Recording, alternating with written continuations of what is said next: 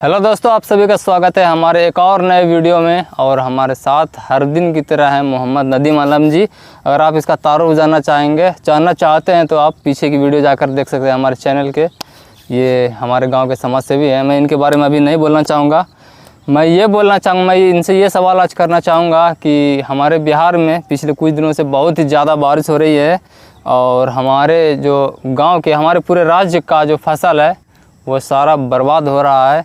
और हमारे गांव के जो मज़दूर हैं वो पूरी तरीके से बैठ गए हैं। हमारे गांव के मज़दूर खेती पर ही निर्भर करते हैं, आप सभी जानते हैं। तो इस मामले में हमारे लिए सरकार कुछ नहीं करती है, ना मज़दूरों के लिए ना ही तो किसानों के लिए।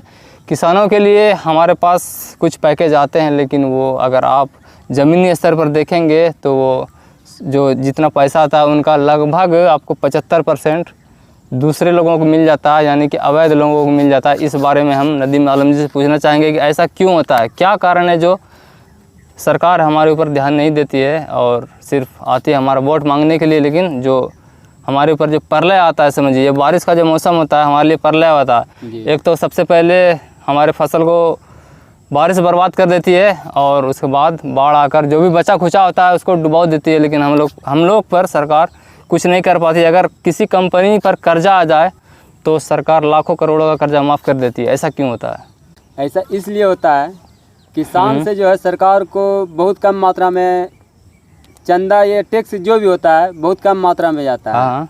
और कंपनी जो बड़ी बड़ी कंपनी होती है जो 9,000 करोड़ कोई 11,000 करोड़ लेके जो लगभग 43-45 जो उद्योगपति जो देश छोड़ के चले गए हैं, हाँ। और उनको भरपूर मात्रा में सरकार लोन दे रखी थी, जो कि सब 14-15 के बाद सब जो फरार हो चुके हैं। और रही बात कि किसान को उनको और मजदूर को मुआवजा क्यों नहीं मिलता है? हमारे यहाँ बहुत दिन से बारिश हो रही है और नहीं मिलता है। सारे लोग बैठे हुए हैं और किसान का सारा फसल बर्बाद हो गया है, मजदूरों को काम नहीं मिल रहा। तो ऐसा क्यों होता है कि सरकार हम लोगों पर ध्यान नहीं देती है? जनता की नज़र में तो सरकार भेजती है, लेकिन प्रधानमंत्री तक पीसी इनका कट के जाता है। लगभग में अगर आप बड़ी बात कर रहे हैं। जी हम खोल के बोल रहे हैं।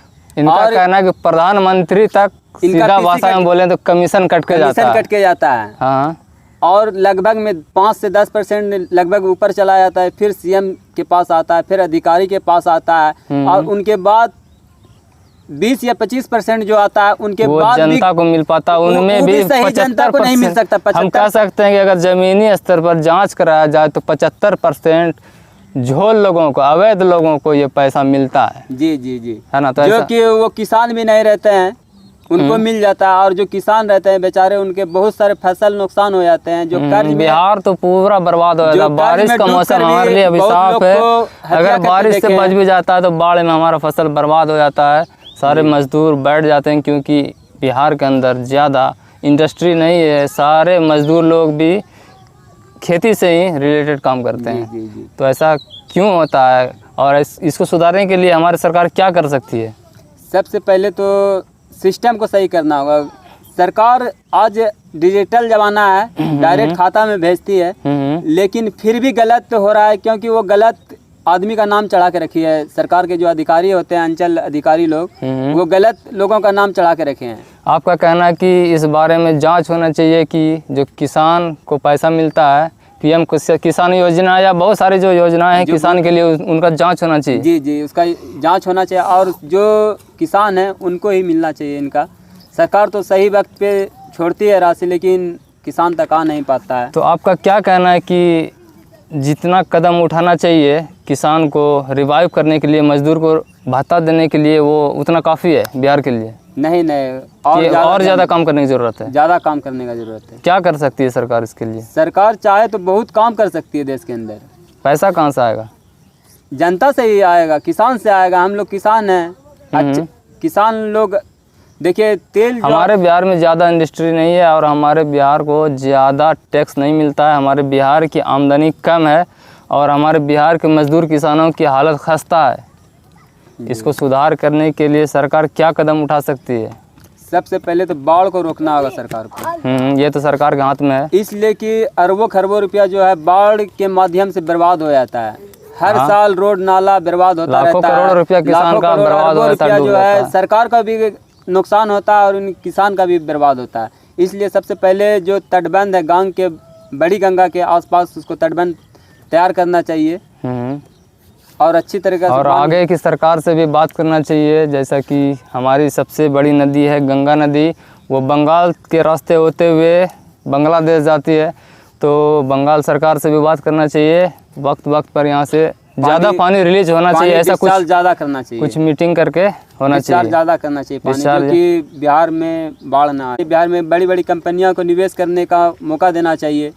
तो वो इंडस्ट्री बिहार के अंदर क्यों नहीं आती? क्या ऐसा कारण है कि इंडस्ट्री बिहार में आने से डरती है? पहले कहा जाता था कि जंगल राज है तो यहाँ इंडस्ट्री नहीं लगती, तो अब तो सुशासन की सरकार है नीतीश बाबू की। जी जी, तो अब इंडस्ट्री क्यों नहीं लग रही है? ये सरकार की गलती है। अगर अब हर चीज़ बिहार के अंदर सही हो चुका है, प्रशासन सही हो चुका है, जंगल राज खत्म हो चुका है, तो बड़ी बड़ी कंपनी को निवेश करने का मौका दिया जाए यहाँ। अगर देश की कंपनी नहीं तो विदेश कंपनी लाया जाए। बहुत इंडिया के अंदर विदेश कंपनी चल रही है, उसी तरह बिहार में भी लाया जाए। नीतीश कुमार जी से हम लोगों का आग्रह है कि बिहार में इंडस्ट्री लगाया जाए, कंपनियों को आमंत्रित किया जाए, और आपका ओहदा तब और भी बढ़ चुका है। अभी जो हम लोग जो है बिहार के जितने भी वोटर हैं, लगभग में 80% सीट जो बीजेपी को दे रखे हैं, जो कि अभी सत्ता में है, और नीतीश बाबू को जो कि वो भी सत्ता पक्ष में है। अभी नीतीश कुमार जी हमारे देश की जो सरकार चल रही है श्री नरेंद्र मोदी जी की, उनकी दो टांगों में एक टांग है। जी जी, वो जो चाहे वो करा सकती है सरकार से। नीतीश कुमार जी आपसे आग्रह है कि आप बड़े बड़े मंत्री पद जो मांगना चाहते थे या जो भी मिला है, उनसे ज़्यादा आपको ध्यान देना चाहिए बिहार की तरक्की पर, और नरेंद्र मोदी जी पर दबाव बनाना चाहिए कि हमारे बिहार में भी इंडस्ट्री आए। जी, तो दोस्तों इस बारे में आपकी क्या राय है? बिहार के मजदूर किसान को ये जो बारिश से हाल बेहाल हो जाता है हर साल, किस तरह से रिवाइव किया जा सके, किस तरह से उन्हें बचाया जा सके, इस बारे में आपका क्या राय है हमें कमेंट बॉक्स में ज़रूर बताइएगा। और अगर आपको ये वीडियो पसंद आई हो तो वीडियो को लाइक करके चैनल को सब्सक्राइब जरूर से ज़रूर कीजिए।